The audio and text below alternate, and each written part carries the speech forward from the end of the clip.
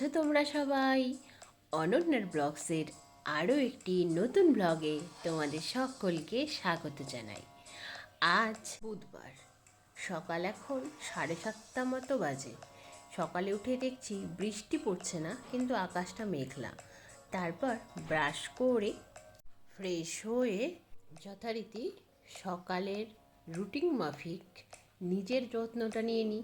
প্রথমে নিজের অবিন্যস্ত চুলগুলোকে ভালো করে বেঁধে নিই। তারপর সকালের মর্নিং স্কিন কেয়ারটা শুরু করতে হবে।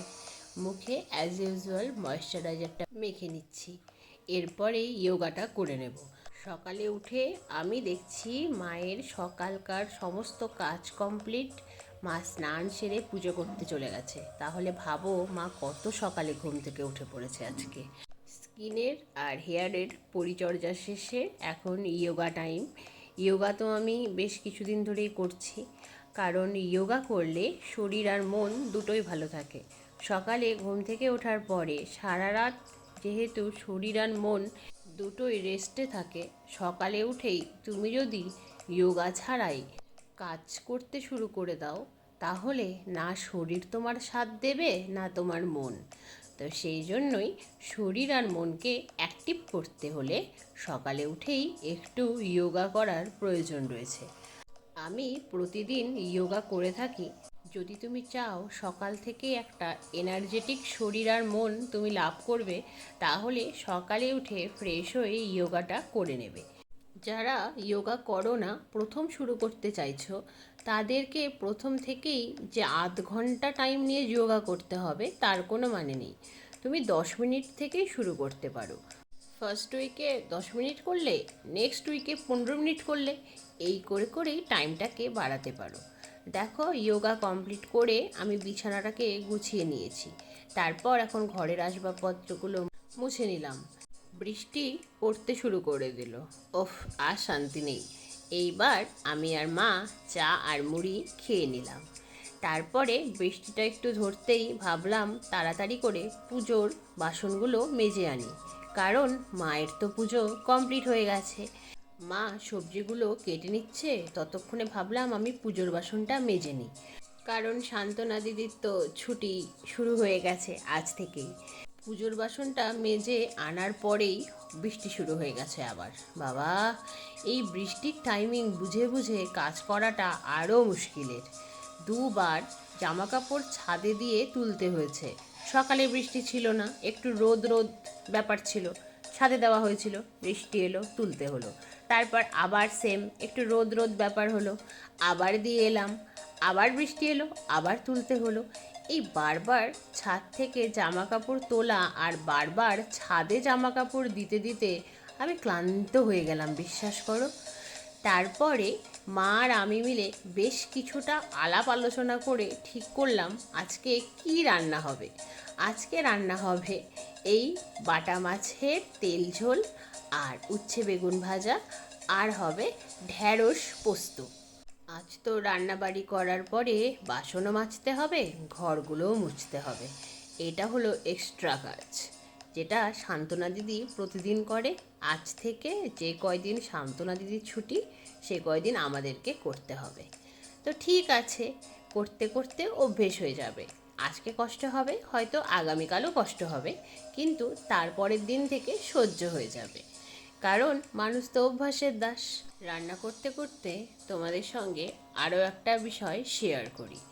নিজের কাজগুলো শিখে রাখার চেষ্টা করা উচিত আমাদের সবাইকেই। যেমন নিজের যা যাবতীয় দৈনন্দিন কাজ, সেগুলো আমরা বেশিরভাগ নিজেরাই করে থাকি। সবচেয়ে যেটা ইম্পর্টেন্ট সেটা হলো রান্না করা। হ্যাঁ, তোমরা ভাবতে পারো যে নিজে রান্না করে আমাদেরকেও রান্না করতে বলছে। আমি, বিশ্বাস করো, মার্চ মাসের আগে পর্যন্ত রান্নার জানতাম না। এখন একটু একটু করে রান্না শিখছি।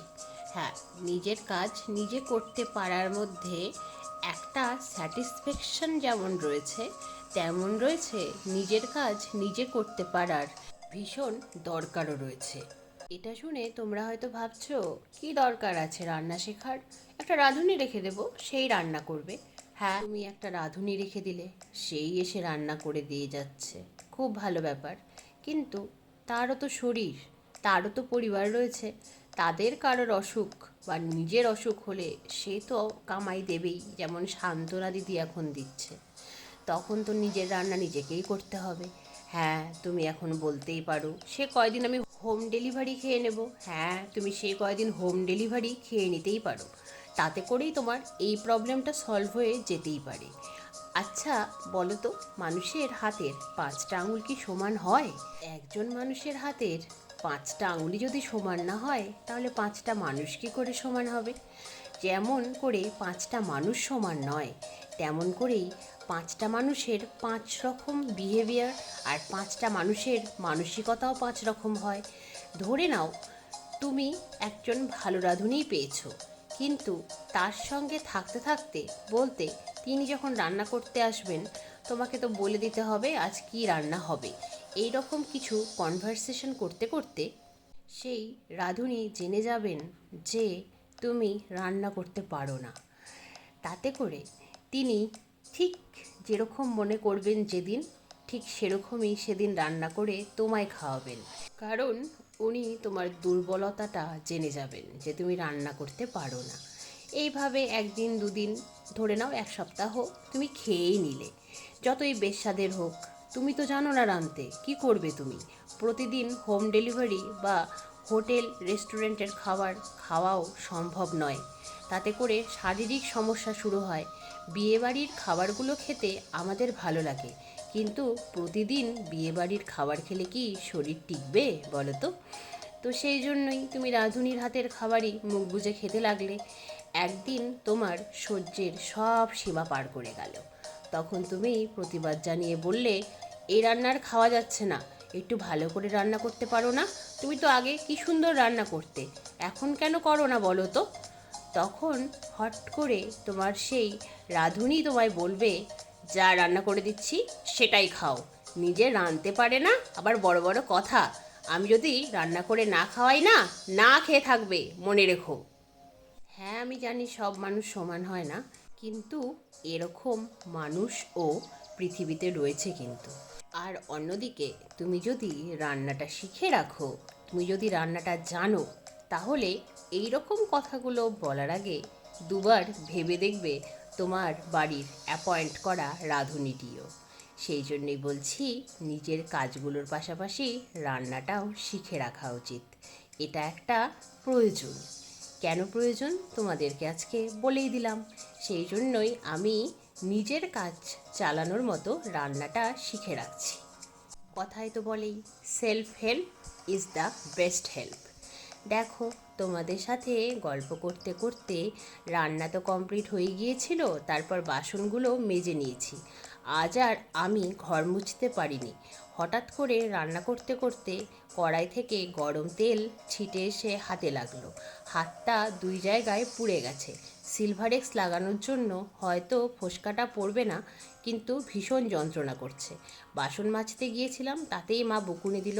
মা বলল জল নাড়লে বেশি ফোস্কা পড়ে যাবে, কিন্তু আমি তাও বাসনগুলো মেজেছি। মা কত করবে বলো? মা ঘরগুলো মুছে নিল। তারপরে আমি আর মা লাঞ্চ করলাম। তারপরে আকাশটা একটু পরিষ্কার হতেই ছাদে জামা কাপড়গুলো দিলাম। তারপরে প্রতি মাসে যে মেডিসিনগুলো বাবা মায়ের লাগে, সেই মেডিসিনগুলো অর্ডার দিয়েছিলাম, সেই মেডিসিনগুলো হোম ডেলিভারি করে দিয়ে গেল। তারপর আকাশটা মেঘলা দেখেই আবার জামা কাপড়গুলো তুলে নিয়ে এলাম। তারপর এখন চা পর্ব, তাহলে চা খেয়ে নিই। চায়ের পর্ব কমপ্লিট করে আমি তো ভিডিওটাকে এডিট করে নিলাম। তারপরে একটু মায়ের সাথে টিভি দেখলাম। তারপরে ডিনারের টাইম হলো, ডিনারটা করে নিলাম। ডিনারের পর একটু ঘরে হাঁটাহাঁটি করলাম। তারপরে নাইট স্কিন কেয়ারটা করে নিলাম। এখন তো ঘড়ির কাঁটা 12টা পার করে গেছে, এখন শুয়ে পড়তে হবে। তাহলে আজকের মতো আজকের ব্লগটা এই পর্যন্তই। আবার তোমাদের সঙ্গে দেখা হবে খুব শিগগিরই অন্য একটা ব্লগে। সবাই খুব ভালো থেকো, সুস্থ থেকো, সাবধানে থেকো। আর আজকের ব্লগটা কেমন লাগলো অবশ্যই কমেন্টে জানিও। ভালো লাগলে একটা লাইক করে দিও। জানো, এখনও বাইরে বৃষ্টি পড়ছে। এই বৃষ্টি আর ছাড়বে না, বর্ষাকাল শুরু হয়ে গেছে। সেটা প্রতি মুহূর্তে ফিল করাতে হবে, তো তাই বৃষ্টিপাত আর কমছে না। এখন বৃষ্টির মতো হতে থাকুক, আমি আমার মতো শুয়ে পড়ি। তাহলে আজকের মতো গুড নাইট। আর হ্যাঁ, তোমরা যদি চাও চ্যানেলটাকে সাবস্ক্রাইব করে দিও। আজ আজকের মতো বাই বাই।